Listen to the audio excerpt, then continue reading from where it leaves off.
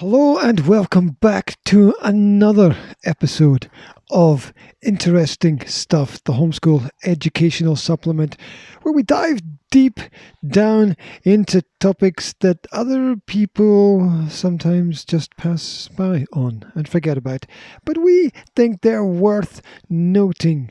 So here we are, and today we are checking out medicine's finest hours. And we've got 4 fantastic examples today.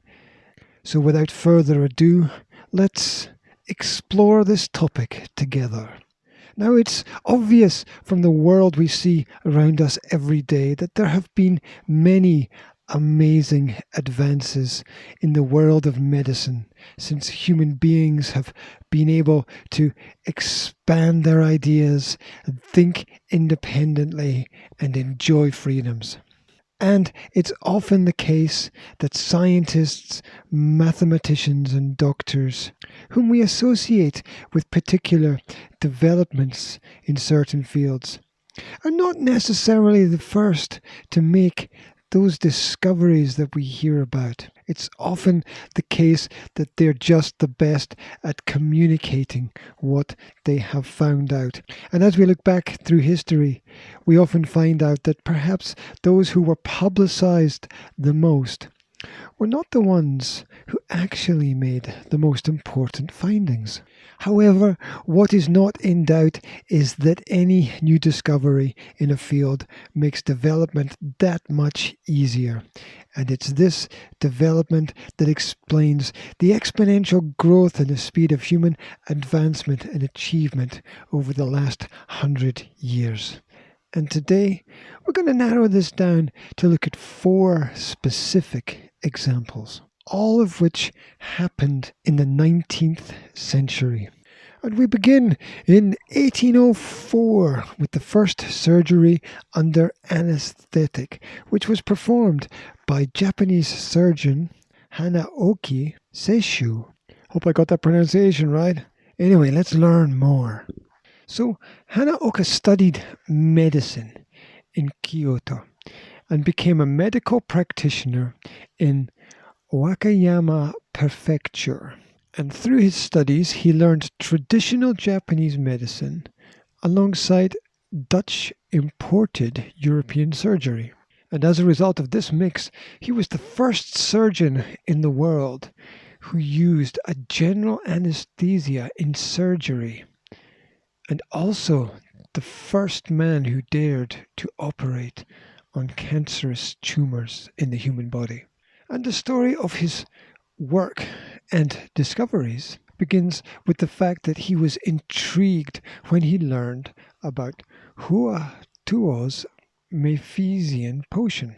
And it's probably worth noting that Hua Tuo was a Chinese surgeon of the 2nd century AD who used only herbal medicines in his practice. Now, Hanaoka, beginning in about 1785, embarked on a quest to recreate a compound that would have pharmacologic properties similar to the work of his predecessor. His wife, who participated in his experiments, always a bad idea, as a volunteer, of course, lost her sight due to adverse side effects. My gosh, that's terrible. After years of research and experimentation and God knows what happening to his subjects, he finally developed a formula which he named Susensan. It was a compound composed of the extracts of several different plants. Now, reportedly, the mixture was then ground into a paste, boiled in water, and administered as a drink. After 2 to 4 hours, the patient would become insensitive to pain and then lapse into unconsciousness. Ooh, that's quite a powerful potion. And depending on the dosage, they might remain unconscious for 6 to 24 hours. Wow. When consumed in sufficient quantity, this liquid produced a state of general anesthesia and skeletal muscle paralysis. It's quite powerful, all this herbal medicine. You know, you could imagine the kings and warriors of the past might want to give some of this stuff to the people they didn't like. I guess you had to be careful. Wow. So once the mixture had been perfected, and God knows how he managed to persuade people to drink it. It's quite scary, really, looking back. But once it had been perfected, Anoka's success in performing his painless operations soon became widely known, and patients suddenly began to arrive from all over Japan. His fame grew, and up to his death he was known to have performed more than 150 operations on patients. At the same time, he also devised and modified surgical instruments and trained and educated many students in his own philosophies. His works were passed down through the generations, including books that he wrote. And although none were printed at the time, his handwritten manuscripts were later reproduced by his students for the use of others. And so, because of his study and hard work, and his ability to persuade patients maybe to drink strange cups of tea, we now have a painless way in which operations can be performed. Moving on to 1818, we encounter Dr. James Blundell, who performed the first successful blood transfusion in London, England. Now, James Blundell was born in London, the son of Major Blundell and Sarah Ann Highton. His father owned a company called Major Blundell and Co. Haberdashers and Drapers in London. And so you can imagine there was a little bit of money there for him to study. James graduated from the University of Edinburgh Medical School with his MD in 1813, and a year later began his career in London by lecturing on midwifery and physiology. By 1818, he succeeded his uncle and became a lecturer on both subjects at Guy's Hospital, where his classes on obstetrics and the diseases of women were reported to be the largest classes in London. Now, Blundell was an observant and curious character, and he had seen many of his patients dying in childbirth and was determined to develop a remedy. Therefore, he conducted a series of experiments using animals and observed that as long as the blood was transfused quickly, a transfusion would be successful with a syringe, even after the blood had been collected in a container. He also, at the same time, discovered the importance of letting all the air out of a syringe. Yep, quite important prior to the transfusion. Poor animals. Anyway, despite the fact there is argument over the date of the first successful human transfusion, it is agreed upon that Dr. Blundell extracted 4 ounces of blood from the arm of a patient's husband using a syringe and successfully transfused it into the patient. Over the course of 5 years, he conducted 10 documented blood transfusions, 5 of which were beneficial to the patients. Following this, he published the results of the successful transfusions. Side note, one wonders what happened to the other patients. Moving on, during his life, he also devised many instruments for the transfusion of blood, and many of them are still in use by doctors today. Blundell retired eventually from his practice in 1847, and in his final years it is said that he never rose before noon, only saw patients in the afternoon, and then dined. He always carried books with him and was able to read them in his carriage by the installation of a special light. Interesting piece of history, then. And so perhaps he was not just innovative in the doctor's office and surgery and hospital, but perhaps in other areas as well. And so jumping forward in time once more to the 1850s and 60s, we meet a man called Robert Koch, who lived in Prussia and established what we now know as germ theory of diseases. And so it was that Heinrich Hermann Robert Koch was the discoverer of the scientific causative agents of deadly infectious diseases, including tuberculosis, cholera, and anthrax. He is also regarded as one of the main founders of modern bacteriology. As such, he's properly nicknamed the father of microbiology. Now, Koch was a very busy man, and in his busyness, he made two important developments in microscopy. He was the first to use an oil immersion lens and a condenser that enabled smaller objects to be seen. In addition, he was also the first to effectively use photography for microscopic observation. And it is also said that in his laboratories, he was the first modern scientist to use a petri dish.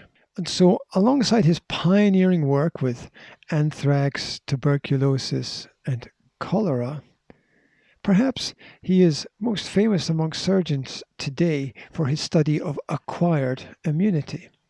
Basically, Koch observed the phenomenon in around 1900 when he arrived as part of an expedition to German New Guinea, which was then a protectorate of the German Reich. Koch serially examined the Papuan people, the indigenous inhabitants, and their blood samples, and noticed that they contained Plasmodium parasites, the cause of malaria. But their bouts of malaria were mild, or could not even be noticed. On the contrary, German settlers and Chinese workers who had been brought to New Guinea fell sick immediately. The longer they stayed in the country, however, the more they seemed to develop a resistance to the disease. Thus, from these observations, Koch formed his postulates. He worked on the basic principles, which were then introduced by his assistant, Friedrich Loeffler, reporting his discovery of diphtheria bacillus in 1883. He stated that Koch's postulates were as follows. Number one, the organism must always be present in every case of the disease, but not in healthy individuals. 2, the organism must be isolated from a diseased individual and grown in pure culture. 3, the pure culture must cause the same disease when inoculated into a healthy, susceptible individual. And originally there were only 3. However, a fourth postulate was added to the original list by an American plant pathologist, Irwin Frink Smith, when he stated that the same pathogen must be isolated from the experimentally infected individuals. And these ideas are still used today in the study of organisms. As a result of his work, Koch received many awards, and a large marble statue of him stands in a small park known as the Koch Plaza, just north of the Charity Hospital in Berlin. His life was also the subject of a 1939 German-produced motion picture that featured Oscar-winning actor Emil Jannings in the title role. And as so often happens with artists and scientists, they were celebrated lightly during their life, but much after their death. And finally, we arrive at 1860. And at this time, we meet Florence Nightingale, who established one of the very first training schools for nurses. Now, Florence was described as many things: social reformer, statistician, founder of modern nursing. But she came to prominence while serving as a manager and trainer of nurses during the Crimean War, in which she organized care for wounded soldiers in Constantinople. She gave nursing a favorable reputation and became an icon of Victorian culture, especially in the persona of the lady with the lamp, making the rounds at night, tending to the wounded soldiers as they lay. She was also a prodigious and versatile writer. In her lifetime, much of her published work was concerned with spreading medical knowledge. Some of her tracts were written in simple English so they could be easily understood by those with poor literacy skills. She was also a pioneer in data visualization with the use of infographics, effectively using graphical presentations of statistical data. Much of her writing, including her extensive work on religion and mysticism, was only published after her death. Now, she was very lucky to inherit a liberal outlook on life from both sides of her family. Her parents were born into some money, and she assumed the name and arms of Nightingale. Her father educated her and her older sister who benefited from their father's advanced ideas about women's education. The girls studied history, mathematics, Italian, classical literature, and philosophy.